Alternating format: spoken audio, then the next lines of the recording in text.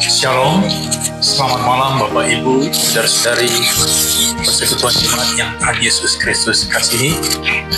Pada malam ini kita kembali berjumpa dalam mesbah penyembahan keluarga dalam rangka memperingati minggu-minggu sengsara Tuhan Yesus, dan saat ini kita telah berada pada minggu sengsara yang ke-6.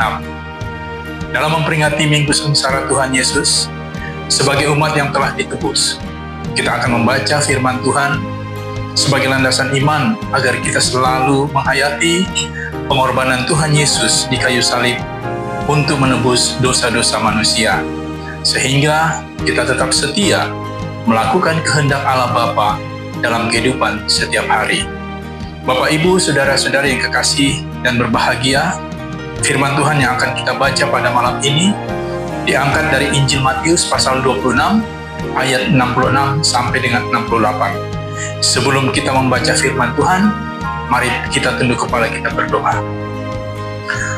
Maha besar Allah Bapa yang bertahta di dalam kerajaan surga, puji dan syukur, hormat dan sembah kami naikkan ke hadirat-Mu yang maha kudus dan suci. Oleh karena kasih dan kemurahan bagi kami, sehingga di malam hari ini Engkau telah memperkenankan kami selaku persekutuan jemaat untuk datang dalam mesbah penyembahan keluarga, di mana kami akan membaca sebagian kecil daripada firman-Mu yang akan mengajar kami untuk bagaimana kami selalu menghayati pengorbanan-Mu di kayu salib. Untuk itu Tuhan, kami mohon buka hati dan pikiran kami supaya firman-Mu yang kami baca di malam hari ini benar-benar dapat kami mengerti, sehingga kami dapat jalankan itu di dalam kehidupan kami hari lepas hari. Hamba-Mu yang menyampaikan firman-Mu ini Tuhan, hamba penuh dengan keterbatasan. Untuk itu, tutup bungkus hamba-Mu dengan kuasa Roh Kudus-Mu, agar bukan hamba yang berkata-kata kepada jemaat-Mu, tetapi Engkaulah yang berkata-kata kepada kami semua. Inilah kami Tuhan, ampuni segala salah dan dosa kami, dan di dalam nama Tuhan kami Yesus Kristus firman yang hidup, kami persembahkan doa ini kepada Allah Bapa yang bertahta di dalam kerajaan surga. Haleluya. Amin. Pembacaan kita Matius pasal 26 ayat 66 sampai dengan 68 dengan perikop Yesus di hadapan Mahkamah Agama. Ayat 66. Bagaimana pendapat kamu? Mereka menjawab dan berkata, ia harus dihukum mati. Lalu mereka meludahi mukanya dan meninjunya. Orang-orang lain memukul dia dan berkata, cobalah katakan kepada kami, hai Mesias, siapakah yang memukul engkau? Demikian jauh pembacaan firman Tuhan di malam hari ini. Bapak, Ibu, saudara-saudari kekasih, pembacaan firman Tuhan di malam ini menceritakan kembali kepada kita bagaimana perlakuan yang dilakukan oleh imam besar, ahli-ahli Taurat dan tua-tua Yahudi terhadap Tuhan Yesus. Perlakuan tersebut menggambarkan bagaimana kebencian mereka terhadap Tuhan Yesus, karena jawaban Tuhan Yesus atas pertanyaan mereka dianggap telah menghujat Allah. Itu kita bisa lihat di ayat 65.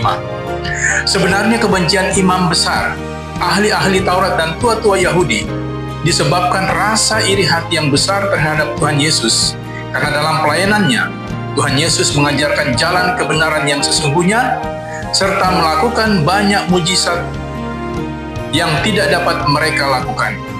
Karena hal inilah yang membuat pengikut Yesus semakin hari semakin bertambah banyak, dan mereka menganggap situasi ini dapat mengancam posisi dan kedudukan mereka sebagai tokoh yang selama ini dihormati dan disegani di kalangan bangsa Yahudi dan pemerintahan Romawi. Bapak, Ibu, saudara-saudari yang diberkati oleh Tuhan Yesus, demi memperjuangkan kepentingan mereka, imam besar, ahli-ahli Taurat, dan tua-tua Yahudi mencari cara untuk membunuh Tuhan Yesus. Mereka bersepakat membawa Tuhan Yesus ke depan Mahkamah Agama dengan menghadirkan saksi-saksi palsu agar menemukan kesalahan dalam diri Tuhan Yesus. Rencana licik mereka berhasil sehingga semua orang yang hadir dalam persidangan itu menghendaki agar Tuhan Yesus dihukum mati. Itu kita dapat lihat di ayat yang ke-66. Perlakuan diskriminatif dan tidak manusiawi terhadap Tuhan Yesus tidak sampai di situ saja. Yang lebih sadisnya lagi, mereka meludahi muka Tuhan Yesus, memukuli wajahnya, serta mencobai dan merendahkan martabat Dia sebagai anak Allah. Itu dapat kita lihat di ayat 67 dan 68. Bapak, Ibu, saudara-saudari yang kekasih, sebagai orang percaya, kita juga sering mengalami hal seperti Tuhan Yesus.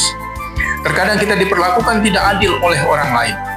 Kita dituduh dengan hal-hal yang tidak pernah kita lakukan. Difitnah, diperlakukan tidak sebagaimana mestinya, bahkan sampai derajat kita direndahkan. Seolah-olah kita tidak punya harga diri lagi.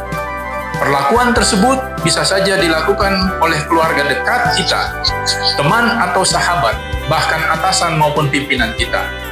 Situasi atau peristiwa tersebut sering membuat kita merasa marah, kecewa, dan putus asa. Kita menjadi orang yang pendendam, mudah sekali tersinggung, dan ingin membalas kejahatan dengan kejahatan. Sehingga pada akhirnya, kita jatuh dalam dosa yang membuat kita terpisah dari kasih Allah.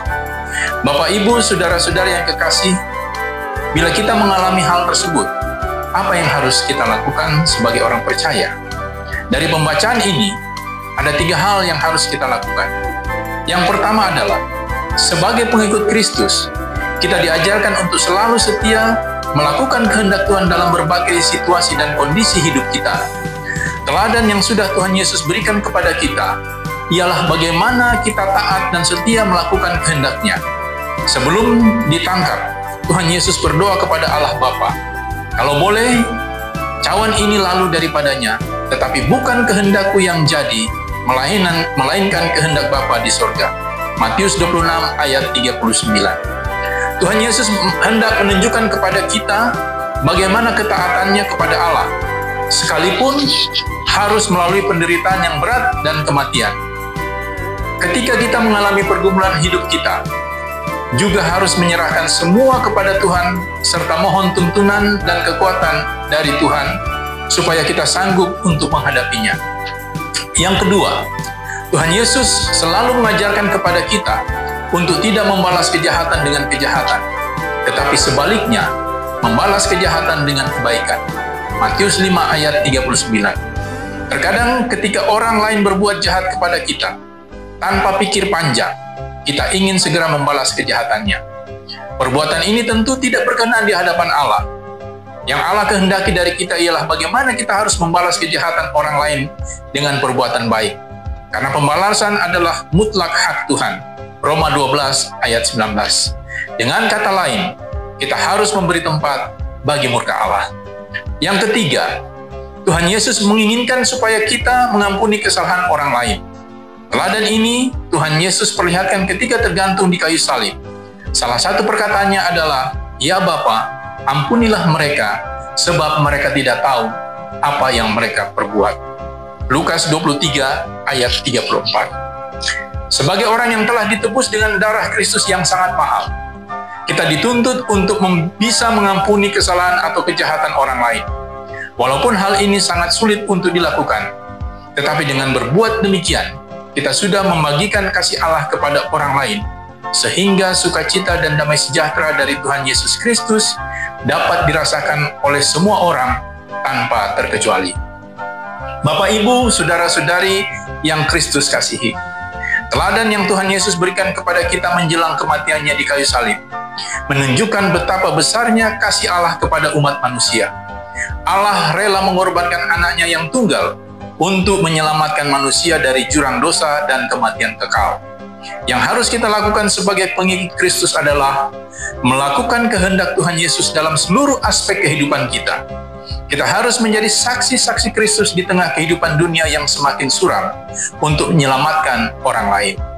Karena kedatangan Tuhan Yesus ke dalam dunia ini adalah untuk membawa banyak jiwa agar memperoleh kehidupan yang kekal. Persekutuan jemaat yang Tuhan Yesus kasihi, kiranya Tuhan Yesus yang mempunyai firman ini akan memberkati kita dengan firman-Nya yang kita dengar di malam hari ini. Amin. Mari kita berdoa. Bapa kami yang di surga, terima kasih untuk firman-Mu yang telah kami baca di malam hari ini. Biarlah firman yang telah kami baca dan kami renungkan bersama-sama ini, Tuhan, Engkau lengkapi dan sempurnakan itu di dalam hati dan pikiran kami, supaya kami dapat mampu melakukan semua perintah-perintah-Mu di dalam kehidupan kami, sehingga hidup kami dapat menjadi berkat bagi orang lain.